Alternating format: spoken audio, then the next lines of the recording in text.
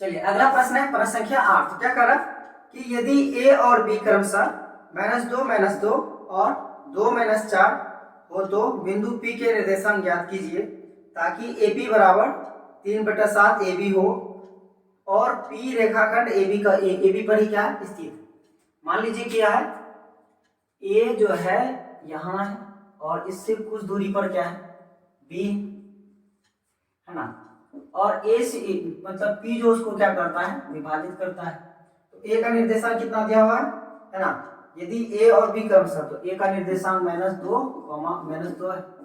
उसी तरह B का निर्देशांक कितना होगा 2, -4 दिया हुआ है। और निकालना किसका है, P का निर्देशांक क्या करना है निकालना है कि बिंदु P के निर्देशांक ज्ञात कीजिए। जिसका निर्देशांक ज्ञात करना उसको क्या कर लेंगे x, y हम लोग क्या कर लेंगे मान के चलेंगे।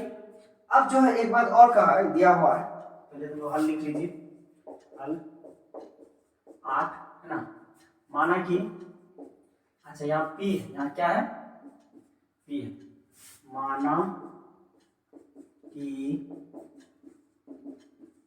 बिंदु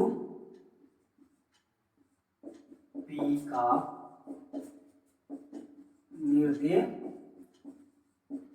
निर्देशांक क्या है x, y हम लोग मान के चले। अब क्या कह रहा कि और दिया हुआ तथा दिया है, जो चीज दिया रहता क्वेश्चन हम लोग लिख देते ताकि जो है अच्छा लगे। AP बराबर दिया हुआ 3/7 AB है ना, AP बराबर है 3/7 AB है ना, कहने का मतलब AP बराबर है 3/7, ये तो A से भी यहाँ तक। अब लोग देखिए कि यहाँ से यहाँ तक का डिस्टेंस क्या है 3 यूनिट है और यहाँ से यहाँ तक का डिस्टेंस कितना है 7 यूनिट। इसका मतलब ये टोटल अगर 7 है तो यहाँ से यहाँ ये तो P से B कितना होगा 4 ही होगा, क्योंकि 7 में से 3 घटाएं कितना होगा 4 होगा। P से B कितना हो जाएगा 4। इसका मतलब अनुपात क्या हो गया, किस अनुपात में ये जो है विभाजित करता होगा बिंदु P जो है विभाजित करता होगा 3:4। कहने मतलब AP जो है अनुपात PB जो करेंगे बराबर कितना होगा 3:4। तो हमारा सबसे पहली बात जो अनुपात मालूम चल गया कि जो है ये जो A है ना, A B और ये P, ये 3 है और ये 4 है। A का निर्देशांक मालूम है -2 और -2। आप लोग एक ही फिगर बनाइएगा, उसको हम लोग उसको में जो है ना ज्यादा विजिबिलिटी हो या ज्यादा क्लियर हो, क्योंकि थोड़ा सा क्या होगा तो उसका P का क्या मान लिए x, y मान लिए, उसका जो है 2, -4। ये क्लियर हो गई। यहाँ क्या किया है अलग से करके दिखाया, इसी को सिंपल। अब क्या करना है बिंदु P का निर्देशांक निकालना है, तो हम लोग क्या कर लेंगे विभाजन सूत्र का यूज कर लेंगे है ना। तो बिंदु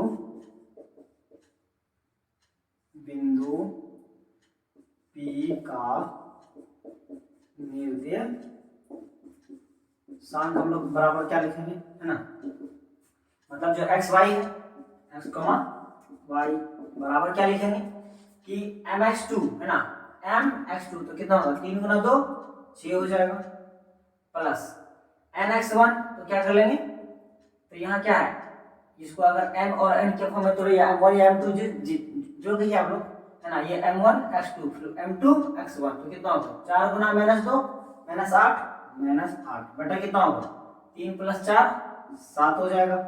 उसी तरह को मान दीजिए।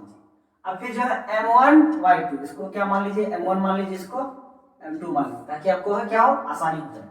फिर m1 y2 तो क्या हो जाएगा 3 × -4 तो -12 फिर प्लस। अब देखो m2 y1 तो y1 कितना है y1 तो -2 है, तो 4 × -2 तो कितना होगा 4 × -2 तो कितना होगा -8 बटा कितना होगा 3 + 4 7 ही होगा।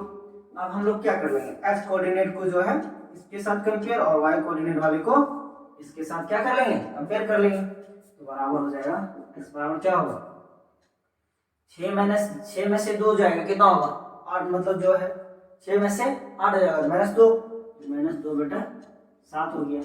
इसी तरह यह डायरेक्टली लिखिए कि x y जो है ना x, y बराबर कितना हो जाएगा, ये तो x का मान निकला है, उसी तरह y का कितना आ गया -8 प्लस इंटू माइनस कितना होता है माइनस होता है -8 माइनस है ना 12 तो कितना होगा -20 बटा 7। ये दोनों आपस में तो कटने वाला है नहीं, हम लोग लिखेंगे अतः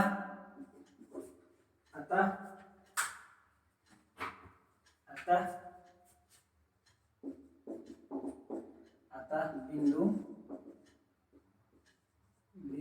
P का, है ना, बिंदु P का ही क्या निकाले, निर्देशांक निकाले, निर्देशांक कितना निकला, -2 बटा 7 -20 बटा 7, है ना। इस तरह से हम लोग क्या कर ली, सॉल्व कर ली, है ना। आई होप आप लोग समझ गए होंगे। तो क्या करना कि AP बराबर दिया हुआ कितना, जो दिया है 3 बटा 7 AB। तो सबसे पहले बात रेशियो को आपको निकालना पड़ेगा, है ना। AB क्योंकि रेशियो से फॉर्मेट में था ना, निकाल पाएंगे AP बटा BP, तब ना आसानी हो जाएगा। सीधे 3 2 5 4 के फॉर्म में काटा था। फिर जो आप लोग समझ गए। फिर मिलते हैं नेक्स्ट वीडियो में क्वेश्चन नंबर 9 के साथ। Thank you for watching.